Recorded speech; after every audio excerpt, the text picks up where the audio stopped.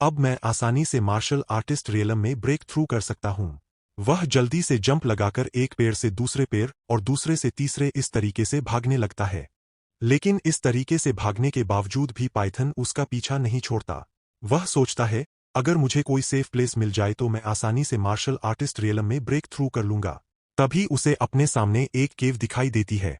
उस केव को देख वह यह डिसाइड करता है कि वह ऐसी केव में जाएगा। वह जल्दी से उस केव की ओर बढ़ने लगता है और वही वह पाइथन भी उसके पीछे आ रहा होता है। वह जल्दी से उस केव में एंटर कर जाता है, जिससे उस पाइथन का मुंह जाकर उसी केव से लगता है, जिससे वह केव पूरी तरह से कांप उठती है। वो पाइथन सुहॉन को देख और भी अंदर जाने का प्रयास करता है, लेकिन केव का दरवाजा छोटे होने की वजह से वो अंदर जाने में असमर्थ होता है। वो जोर जोर से रोर मारने लगता है। सुहोंग अपने सिस्टम पैनल को ओपन कर देखता है। प्रेजेंट में उसकी वाइटलिटी 96 और स्पिरिट 76, फिजिक मोटल बॉडी 3% और उसके पास अभी टोटल 5 स्किल्स रेजिंग सी स्पेयर, थंडर रश, फिस्ट, बजरा फीस्ट, फ्लोटिंग लाइट पाम और वाइड स्टेप जो कि सभी परफेक्ट लेवल पर होती है, और उसके पास टोटल 504 मार्शल वैल्यू पॉइंट्स होते हैं। वो जल्दी से अपने मार्शल वैल्यू पॉइंट का यूज करके अपनी वाइटलिटी बढ़ाने लगता है, ताकि वह जल्दी से जल्दी मार्शल आर्टिस्ट रियलम में ब्रेक थ्रू कर सके। एक मार्शल वैल्यू पॉइंट के बदले 0.1 वाइटलिटी इंक्रीज होती है।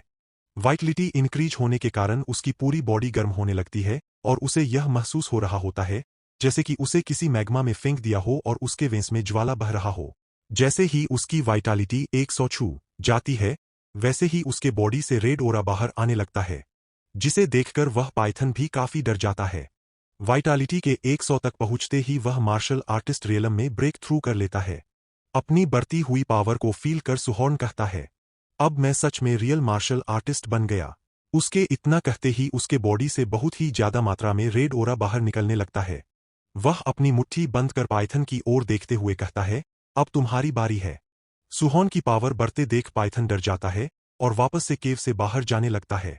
लेकिन सुहॉर्न उसे पूरी तरह से बाहर निकलने का मौका नहीं देता और जल्दी से अपनी फीस्ट बनाकर उसकी ओर बढ़ जाता है।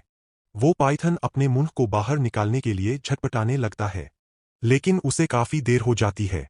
तभी सुहोंग अपना पंच उसके मुंह पर मार देता है, जिससे वह केव का मुंह फाड़ कर बाहर गिरता है और जोर से रो लगाता है। एक ही पंच से उसके मुंह से ब्लर आने लगता है। सुहोंग उसे संभलने का मौका नहीं देता और वापस से अपने वज्रा फीस्ट से अटैक करने के लिए उसकी ओर बढ़ता है। वो पाइथन उसे अपनी ओर बढ़ता देख जल्दी से अपनी टेल से उसके ऊपर अटैक करने का ट्राई करता है, लेकिन सुहोंग उसके इस अटैक को पहले से ही भांप लेता है और अपने पंच से उसके टेल को पीछे धकेल देता है। लेकिन उसके इस अटैक से उसके मुंह से ब्लर आने लगता है और वह दूसरे हाथ में एक भाला पकड़े होता है। वह अपने भाले से उस पर अटैक कर उसकी बॉडी को पियर्स कर देता है, जिस वजह से वह पाइथन दर्द भरी एक जोर की रोड लगाता है। वह वापस से अपने थंडर रश फिस्ट का अटैक उसके ऊपर करने के लिए चला जाता है। यह अटैक वह सीधे उसके मुंह पर हिट करता है, जिससे वह पाइथन जाकर जमीन पर लगता है और उसी अटैक से उसका खेल खत्म हो जाता है। वह उसे मारने के बाद कहता है, हालांकि यह जॉइंट पाइथन बहुत बुरी तरह से पहले ही इंजर्ड था, लेकिन तब भी मुझे उसे मारने के लिए अपनी पूरी पावर का यूज करना पड़ा। यह सच में बहुत ज्यादा डिफिकल्ट था। पाइथन को मारने की वजह से उसे 92 मार्शल वैल्यू पॉइंट प्राप्त होते हैं। फिर वह अपनी नाइफ निकाल कर कहता है, मुझे फ्यूरोशियस बीस्ट को किल करके उसके कान को अपने साथ ले जाना है ताकि मैं रिवॉर्ड को ले सकूं। लेकिन पाइथन के पास तो कान ही नहीं होते। लगता है मुझे इसका कोई भी रिवॉर्ड नहीं मिलेगा, चलो छोड़ो इसे। वह यह कहकर धीरे धीरे व्हाइट फॉक्स की बॉडी की ओर बढ़ता है। वह इसकी बॉडी को देख उससे कहता है, तुम सच में बहुत आसानी से मारे गए। दोस्तों, देखो सुहोंग ने उसे कितनी बेहरमी से मारा। उसके पूरे हाथ पैरों को तोड़ डाला। फिर वह हाई लेवल की मार्शल आर्ट कूना और शॉर्ट तकनीक ढूंढने के लिए उसके कपड़ों को खंगालने लगता है। जब वह उसे सही से चेक करता है तो उसे वह मार्शल आर्ट तकनीक मिल जाती है जिसका नाम वाइड ब्रेकिंग फिंगर होता है। वह उस टेक्निक को लेकर उसी केव में चला जाता है और इस पाइथन को वही पड़ा रहने देता है और वह उस केव को पूरी तरह से पत्थरों से बंद कर देता है, जिससे कोई उसे डिस्टर्ब ना कर सके। वो उस स्किल को प्रैक्टिस करने के लिए बैठ जाता है। वह बताता है, मैं पहले ही वॉइड ब्रेकिंग फिंगर की पूरी शुरुआती कल्टीवेशन मेथड याद कर चुका हूं। अब अगला कदम सिस्टम की मदद से इसे तेजी से मास्टर करना है। वह उसे सीखने के लिए अपने सिस्टम स्पेस में चला जाता है। उसके सामने उसका एक क्लोन आता है और उसके साथ प्रैक्टिस करने लगता है। जिससे वह धीरे धीरे वॉइड ब्रेकिंग फिंगर को सीखने लगता है। कुछ टाइम और प्रैक्टिस करने के बाद वो वॉइड ब्रेकिंग फिंगर को बेसिक लेवल तक मास्टर कर लेता है। वो उसे बेसिक लेवल तक सीखने के बाद अपने सिस्टम स्पेस से बाहर आ जाता है और उस स्किल को देख कहता है, जैसा सोचा था बी रैंक मार्शल स्किल वाकई कमाल की है। सिर्फ बेसिक रियल तक सीखने पर ही इतना जबरदस्त प्रेशर पैदा हो रहा है। अब मुझे इसी स्किल का यूज कर सभी बीस्ट को हंट करना नहीं होगा। अब हमारा सीन बदलकर सीधे 3 दिन बाद आता है और हमें एक बियर एक रो लगाता दिखता है। वो अपना क्लो अटैक सुहोंग पर करता है, लेकिन सुहोंग अपनी हाल ही में सीखी गई स्किल का यूज कर उसे एक ही अटैक से फिनिश कर देता है। उस बीस्ट को एक ही अटैक में मारने पर वह कहता है, आखिरकार मैंने इसे परफेक्ट रियल तक पहुंचा ही दिया। सच में यह बी रैंक मार्शल स्किल कहलाने के लायक है। इसी के साथ वो वॉइड ब्रेकिंग फिंगर को परफेक्ट लेवल तक मास्टर कर लेता है। वो कहता है, अब मेरे जाने का टाइम आ चुका है। अब हमारा सीन बदलकर सीधे मार्शल आर्टिस्ट बेस की ओर आता है। वहां बेस में कई सारे लोग इकट्ठा होते हैं। सभी वॉरियर्स अपने रिवॉर्ड को पाने के लिए शॉप पर खड़े होते हैं।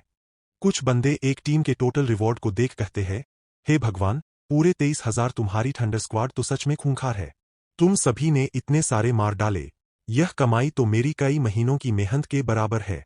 तभी उनको एक दूसरी शॉप से आवाज आती है, कमाल है, एक भी नॉन रैंक फेरोशियस बीस्ट नहीं, सभी टीयर 1 फेरोशियस बीस्ट है। यहां तो कुछ हाई स्टेज वाले भी है। उस आवाज को सुन उन सभी का ध्यान भी उसी शॉप की ओर चला जाता है। हम देखते हैं, यह सभी सुहॉर्न के बारे में बात कर रहे होते हैं। शॉप ओनर कहती है, तुम्हारे पर 72 tier 1 initial stage, 83 tier 1 middle stage, 17 tier 1 high stage, तुम्हारे कुल 46,000 ब्लू स्टार कॉइक्स हुए। उन सभी लोगों को उसे उस तरह से घूरता देख सुहॉर्न सोचता है, क्या मैंने ज्यादा ही मार दिए? यह तो बहुत ज्यादा कॉन्सिप्शियस लग रहा है। काश पहले पता होता तो थोड़ा कम शिकार करता। तभी बेस से एकदम जोर की आवाज आती है। एक पर्सन बहुत ही ज्यादा गुस्से से चिल्ला रहा होता है। वह कहता है, यह कैसे हो सकता है? यहां तो कई हाई लेवल मार्शल आर्टिस्ट मौजूद है। पूरा बेस सील कर दो, एक भी मक्खी बाहर नहीं जानी चाहिए। यह सब कहने वाला पर्सन और कोई नहीं, यह फेंग का अंकल होता है, यानी व्हाइट फॉक्स का अंकल, जो कि इस बेस का पर्सन इंचार्ज होता है। उसकी यह बात सुन एक बंदा डरते डरते उससे पूछता है, सुपरवाइजर यह क्या हुआ? वो गुस्से में चिल्लाते हुए कहता है, मेरा भतीजा यह फेंक और उसके साथ के चारों मार्शल आर्टिस्ट सब मारे जा चुके हैं। उसकी यह बात सुन सभी वॉरियर्स तर सोचते हैं, क्या यह फेंक किसी के हाथों मारा गया? 5 लोगों की पूरी टीम खत्म।